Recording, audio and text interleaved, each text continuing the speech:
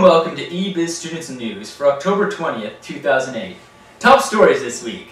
3 years ago, Rupert Murdoch bought MySpace and its parent company Intermix for $580 million, which now turned out to be money well spent. It has been estimated that MySpace alone is worth between $3 billion and $20 billion, depending on how much you value each user. Fox Interactive Media, which owns MySpace, accounted for about $850 million in revenues last fiscal year, and is projected to hit $1 billion next year. Although MySpace was supposed to hit $1 billion this year, unlike other social networks, MySpace is actually making a profit. The company now employs 1,600 people worldwide compared to 150 in October 2005, more than a tenfold increase. The social network has grown as well. MySpace now has 73 million unique visitors a month in the US, according to ComScore, compared to 24 million 3 years ago. That means MySpace reaches about 40% of the online population, compared to 14% 3 years ago. As you can see from this graph, it is clear that MySpace is getting more visitors a month than Facebook.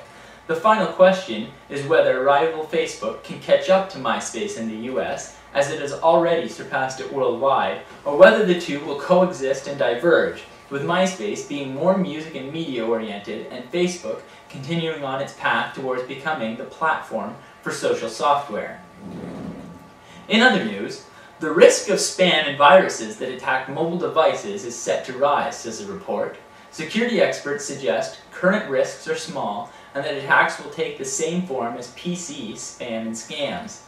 End-user protection, like antivirus software, is not yet mature in the mobile market, so the issue is being addressed by the network operators. Mobile users are urged to employ the same safe behaviors familiar from PCs to reduce risks. The annual Emerging Cyber Threats Report from the Georgia Institute of Technology Information Security Center in the US has identified mobile devices as particularly vulnerable platform. It said that as more and more people adopt smartphones, more applications will allow financial and payment infrastructure that employs them, and the availability of such sensitive data will prove to be a draw for cybercriminals. Simon Coney of Adaptive Mobile, a firm that tracks malware and provides security software for mobile firms, says that network operators receive 100,000 virus incidents a day, nearly a 50% rise on last year. However, most subscribers are not infected, in part because mobile viruses are comparatively unsophisticated at present. The first generation of these were fairly easy for mobile operators to detect, says Mr. Coney.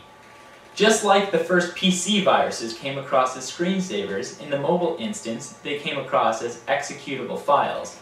No one was ever sending executable files themselves, so it was easy to detect and block that. But in the last 4 months, the majority of viruses we now see are a new type, either masquerade as MP3 file, a picture file, or a media file.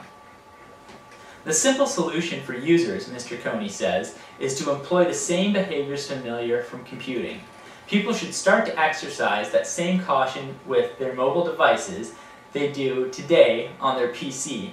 Think twice before running any attachment from someone you don't know, and check your bill on a regular basis. And also ensure your Bluetooth connection is not set in discoverable mode.